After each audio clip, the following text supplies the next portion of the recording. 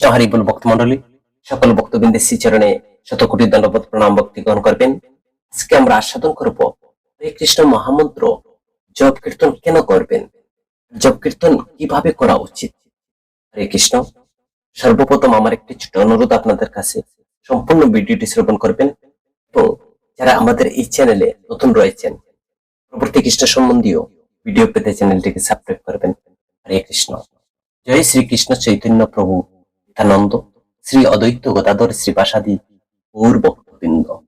হরে কৃষ্ণ কৃষ্ণ কৃষ্ণ হরে হরে, হরে রাম রাম রাম হরে হরে। শ্রীমৎ ভগবদ গীতা, শ্রীমৎ ভাগবত, অন্যান্য বৈদিক শাস্ত্র অনুসারে শ্রীকৃষ্ণ হচ্ছেন পরমেশ্বর ভগবান এবং আমরা তার একটি ক্ষুদ্র সনাতন বা বিভিন্ন অংশ। আমি চিন্ময় কৃষ্ণ, চিন্ময় আত্মা এবং অনুচৈতন্য নিত্য কৃষ্ণ দাস। কৃষ্ণ হচ্ছেন বিভু চৈতন্য। আমরা একমাত্র প্রভুই হচ্ছেন পরমেশ্বর ভগবান শ্রীকৃষ্ণ। এই জড় জগতে আমরা প্রবৃত্তি সুদূর কারাগারে, এটা হচ্ছে সম্বন্ধ জ্ঞান। হরে কৃষ্ণ মহামন্ত্রই কলির যুগে জীব উদ্ধারের একমাত্র উপায়। কলি সন্ত উপনিষদে বর্ণনা করেছেন যে হরে কৃষ্ণ কৃষ্ণ কৃষ্ণ হরে হরে, হরে রাম রাম রাম হরে হরে। ইতি ষোড়শকম নামম কলি কলমশ নাশনম আত পরত রূপায় সর্ববেদেষু দৃশ্যতে। 16 নাম 32 অক্ষর বা 16 নাম বিশিষ্ট হরে কৃষ্ণ মহামন্ত্র সমস্ত পাপ কলুষিত বা কলুষ বিদূরিত করে। দিব্য ভগবত নাম কীর্তন ব্যতীত কলির যুগে কলুষ থেকে মুক্ত হওয়ার অন্য কোনো উপায় নেই। সর্ববেদে এই সিদ্ধান্ত ঘোষণা করা হয়েছে। এছাড়া পদ্ম পুরাণ পাতালখণ্ডে এবং ব্রহ্মাণ্ড পুরাণে উত্তরখণ্ডে, সেখানেও এই মহামন্ত্রকে কলির যুগের জীব উদ্ধারের একমাত্র উপায় স্বরূপ বলা হয়েছে। ব্রহ্মাণ্ড পুরাণের উত্তরখণ্ডে এই মহামন্ত্র নাম 108 আর যদি ত্রিকাল জপের সর্বপ্রকার পাপ অপহরণ করা হয়। এছাড়া ভব নিস্তারের আর কোনো উপায় নেই। সর্ববেদে কথিত আছে হরে কৃষ্ণ মহামন্ত্র যে ভব সংসার থেকে উত্তীর্ণ হওয়ার উপায়। হরে কৃষ্ণ মহামন্ত্রের অর্থ হচ্ছে, কৃষ্ণ অর্থ হচ্ছে সর্বাকর্ষণ। নিরুক্তি অভিধানে বলা হয়েছে কৃষ্ণ শব্দের অর্থ হচ্ছে আকর্ষণ করা, মূর্ধান্য শব্দের অর্থ হচ্ছে নাশ করা। কৃষ্ণ অর্থ যিনি বদ্ধজীবদের জড়বন্ধন নাশ করে নিজের প্রতি আকর্ষণ করেন। রাম শব্দের অর্থ হচ্ছে পরম আনন্দদায়ক। রাধা রমন কৃষ্ণ রাম, শ্রীকৃষ্ণের মন হরণ করেন। শ্রীকৃষ্ণের অন্তরঙ্গা লাদিনী শক্তি শ্রীমতী রাধারানীর আরেক নাম হচ্ছে হরা। হরা শব্দের সম্বোধন পদ হরে। এই হরে কৃষ্ণ মহামন্ত্র হরে কৃষ্ণ রাম এই 3 নামের সমষ্টি। এই মহামন্ত্রের ধারা প্রার্থনা নির্দেশ করে হে হরা, হে রাধারানী, হে সর্বাকর্ষক শ্রীকৃষ্ণ, হে পরমানন্দদায়ক রাধারমন শ্রীকৃষ্ণ, দয়া করে আমাকে আপনাদের প্রেমময়ী সেবায় যুক্ত করুন। মহা অর্থ হচ্ছে সর্ববৃহৎ, আর মন্ত্র শব্দের অর্থ হচ্ছে যা মনকে জড়বন্ধন থেকে বা অজ্ঞানতা থেকে দান করে। শ্রীকৃষ্ণের নাম, শ্রীকৃষ্ণ থেকে অধিক কৃপালু লিখালে নাম রূপে কৃষ্ণ অবতার। নাম হইতে হয় সর্বজগত নিস্তার। চরিত্রামৃতের আদিলীলায় এই জড় জগতের কলিহত জীবের দুর্দশা দর্শন করে স্বয়ং ভগবান শ্রীকৃষ্ণ কলির যুগে নাম রূপে অবতীর্ণ হয়েছেন। আমরা যত এই হরে কৃষ্ণ মহামন্ত্রের কাছে ধন্য বা পূর্ণ বিশ্বাস নিয়ে নিজেকে আত্মসমর্পণ করব, তো ওই নাম আমার কাছে তার রূপ গুণ লীলা প্রকাশ করবে। যুগধর্ম হরে নাম সংকীর্তন শ্রীমৎ ভাগবতে বর্ণনা করছেন। 1ম স্কন্ধের 1ম অধ্যায়ের 10 নম্বর শ্লোকে বলা হয়েছে যে কলির যুগের মানুষ প্রায় সকলেই অল্প আয়ু, কলহপ্রিয়, অলস, অন্ধগতি, মন্দমথী, ভাগ্যহীন এবং সর্বোপরি নিরন্তর রোগ আদির দ্বারা উপদ্রুত। প্রত্যেক যুগে আত্মোপলব্ধি লাভের একটি নির্দিষ্ট পন্থা থাকে, যাকে বলা হয় যুগধর্ম। মহামন্ত্র নাম সংকীর্তন হচ্ছে কলির যুগের যুগধর্ম। সংকীর্তন মানে সকলে মিলিত হয়ে কীর্তন অথবা কৃষ্ণকে সন্তুষ্ট করার জন্য সম্মুখ কীর্তন। কলির যুগে ধর্ম হয় নাম সংকীর্তন। চারি যুগে চারি ধর্ম জীবের কারণ। পূর্ববর্তী যুগ সমূহে যেমন সত্যযুগে ধ্যান, ত্রেতা যুগে যজ্ঞ, দ্বাপর যুগে অর্চন, কলির যুগে শুধুমাত্র এই হরে কৃষ্ণ মহামন্ত্র সংকীর্তন যুগ ধর্ম, যা ভাগবতের দ্বাদশ স্কন্ধের 3য় অধ্যায়ের 52 শ্লোকে। এর জন্য বৃহৎ নারদীয় পুরাণে বলা হয় যে হরের নাম হরের নাম হরের নামই পক্ষে বলম পূর্ণ নাস্তিব্য নাস্তিব্য গতির অন্যতা। কলির যুগে হরের নাম যে উদ্ধার পাওয়ার একমাত্র উপায়, এবং এছাড়া যে কোনো গতি বা কোনো গতি নেই, তা সাধারণ মানুষের বোঝার জন্য হরের নামৈব নাস্তিব্য শব্দটি 3বার ব্যবহার করা হয়েছে। হরে কৃষ্ণ মহামন্ত্র নাম সংকীর্তন করার মাধ্যমে কৃষ্ণ প্রেম বা গোলক বৃন্দাবনের ধাম প্রাপ্ত হওয়া যায়। আর এই সুযোগ ব্রহ্মার 1 দিন বা 1000 চতুর্যুগে এই বিশেষ কলির যুগে মানুষ প্রাপ্ত হয়। হরে কৃষ্ণ মহামন্ত্র সম্বন্ধে শ্রী চৈতন্য মহাপ্রভু তিনি আমাদেরকে শিক্ষা প্রদান করতেন। শ্রীকৃষ্ণ স্বয়ং কলির যুগে শ্রী চৈতন্য মহাপ্রভু হয়ে অবতরণ করেন, সারা বিশ্বের মানুষকে প্রতিদিন মহামন্ত্র জপ করার উপদেশ প্রদান করছেন। প্রভু বলে কহিলাম এই মহামন্ত্র, আর উহা জপ গিয়া সবে করিয়া নিবন্ধ। চৈতন্য ভাগবতে বলছেন নির্বন্ধ শব্দের অর্থ বিধিমত সাংখ্য নাম গ্রহণকে বোঝায়। যেমন জপমালার গুটি ধরে সংখ্যা সহকারে হিসাব করে প্রতিদিন নির্দিষ্ট মহামন্ত্র উচ্চারণ করি। সর্বক্ষণ বলতে এই মহামন্ত্র জপ কীর্তনের ক্ষেত্রে সময়, যোগ্যতা, স্থান বা দীক্ষার কোনো বিধি নিয়ম নেই। এই জন্য প্রতিদিন নির্দিষ্ট সংখ্যক নাম জপ অবশ্য করা উচিত। প্রথম অবস্থায় 2 মালা থেকে অভ্যাস শুরু করে ধীরে ধীরে সংখ্যা বৃদ্ধি করে 4, 8, 16 মালা জপ করার অভ্যাস আমরা করতে পারি। বাস্তবতার মধ্য থেকে প্রতিদিন আমরা 16 মালা জপ করার চেষ্টা করি। উচ্চ স্বরে জপে অধিক ফল লাভ হয়। প্রহ্লাদ মহারাজ বলছেন উচ্চ স্বরে যদি কেউ এই জপ শতগুণ ফল লাভ হয়। ভাগবতের 10ম স্কন্ধের 34 অধ্যায়ের 17 নং শ্লোকে বলা হয়েছে, হে অচ্যুত, তোমার নাম উচ্চারণকারী নিজের সাথে সাথে সেই নাম ধ্বনি যারা শ্রবণ করছে তারা পবিত্র করেন। বর্তমান যুগে জপের মনোযোগ করা খুব কঠিন, তাই যদি তুমি উচ্চ স্বরে জপ করো তবে অন্তত কৃষ্ণ ধ্বনিটি শুনতে পাবে, তাই কৃষ্ণ স্মরণ করা সহজ হবে। পঞ্চতত্ত্ব গৌর ভক্তের কৃপা আশীর্বাদ লাভের উপায় আমরা মনে রাখতে হবে যে আমাদের মনে করা উচিত আমাদের শুধু নিজের চেষ্টায় আমরা হরে কৃষ্ণ মহামন্ত্র নিরপরাধে উচ্চারণ করতে পারি না। এই জন্য পঞ্চতত্ত্বের প্রণাম ভালো করে বা ভালো মতো উচ্চারণ করা উচিত। শ্রীকৃষ্ণ চৈতন্য প্রভু নিত্যানন্দ, শ্রী চৈতন্য মহাপ্রভুর যে পঞ্চতত্ত্বের বন্দনা করা উচিত শুদ্ধকারে। শ্রীকৃষ্ণ চৈতন্য মহাপ্রভু, শ্রী নিত্যানন্দ প্রভু, শ্রী অদ্বৈত আচার্য, শ্রী গদাধর, শ্রীবাস ঠাকুর, অন্যান্য ভক্তের আশীর্বাদ নাম জপের মাধ্যমে তাৎক্ষণিকভাবে তার পারমার্থিক উন্নতি ঘটাতে পারে। শ্রীকৃষ্ণের নামের মধ্যে আর শ্রীকৃষ্ণের নামের এত শ্রেষ্ঠত্ব কেন? মহাপ্রভু আমাদেরকে সেই নাম শিখিয়ে দিয়েছেন। এই নামের শ্রেষ্ঠত্ব সম্পর্কে মহাদেব পার্বতীকে বলছেন, রাম নাম সহস্র 1000 বিষ্ণু নামের সমতুল্য। বৃহৎ বিষ্ণু সহস্র নাম স্তূপে বর্ণনা করছেন। আমরা আবার ব্রহ্মাণ্ড পুরাণের বলা হয়েছে শ্রী বিষ্ণুর পবিত্র সহস্র নাম 3 বার পাঠ করলে যে ফল লাভ হয়, মাত্র 1 বার কৃষ্ণ নাম উচ্চারণ করলে সেই ফল লাভ হয়ে থাকে। সুতরাং এক কৃষ্ণ নাম 3 রাম নামের সমান, অথবা 3 সহস্র 3000 বিষ্ণু নামের সমান।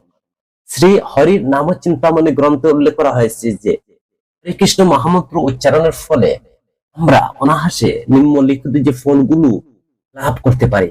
বিশ্বাস, পাপ কর্মের ফল নাশ, ফলের প্রভাব নাশ হবে, মুক্তি লাভ হবে, সর্ব রোগের নিরাময় হবে, সমস্ত শঙ্কা ভয় দূর করে শান্তি নিয়ে আসবে, ভূত প্রেত দানব পিশাচ সহ গ্রহের কুপ্রভাব থেকে মুক্ত হবে, অনর্থ নাশ এবং চতুর্বর্গ লাভ, আরাধ্য কর্ম নাশ, নরক যন্ত্রণা থেকে মুক্তি লাভ, দিব্য আনন্দ লাভ হবে।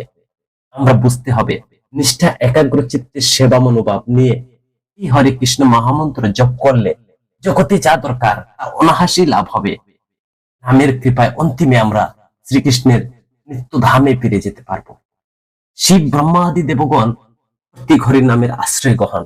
এই দিব্য নামের এমন মহিমা যে স্বয়ং সৃষ্টিকর্তা ব্রহ্মা নিজে নাম আচার্য হরিদাস রূপে এসে জপ মালা প্রতিদিন 3 লক্ষ নাম জপ করতেন। চৈতন্য চরিতামৃতের অন্তলীলায় বলা হয়েছে যে শ্রী চৈতন্য মহাপ্রভু অবতরণে শুধু ব্রহ্মাই নয়, শিব, চতুর্শন, নারদ, প্রহ্লাদ, দেবরাজ, ইন্দ্র প্রমুখ মহাজনরা সকলেই কৃষ্ণ প্রেম পাওয়ার জন্য এই পৃথিবীতে মনুষ্য রূপে জন্মগ্রহণ করে কৃষ্ণ নাম কীর্তন করেছিলেন। এমনকি মায়াদেবী দুর্গা পর্যন্ত ক্রন্দন করতে করতে কলির যুগে হরিদাস ঠাকুরের কাছে কৃষ্ণ নাম পাওয়ার জন্য প্রার্থনা করেন।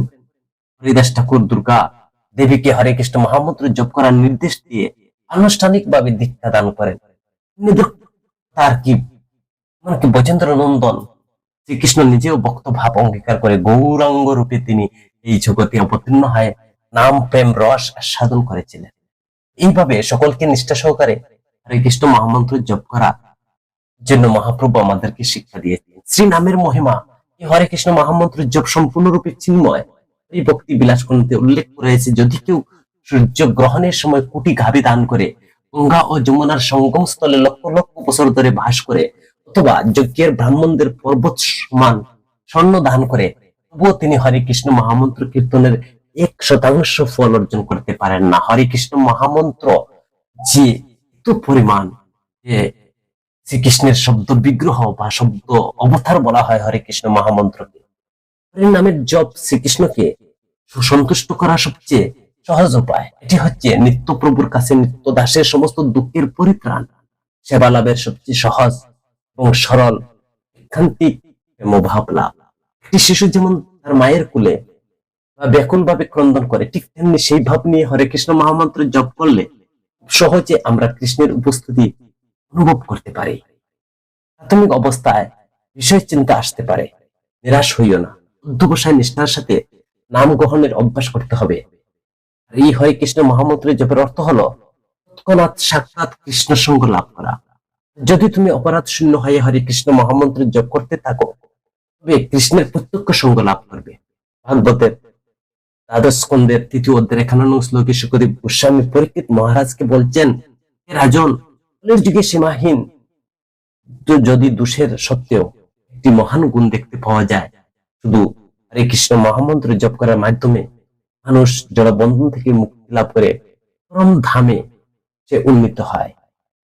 সদা সর্বদা অহংকার ছাড়িয়া নির অভিমানে হরে কৃষ্ণ মহামন্ত্র জপ করা একান্ত প্রয়োজন।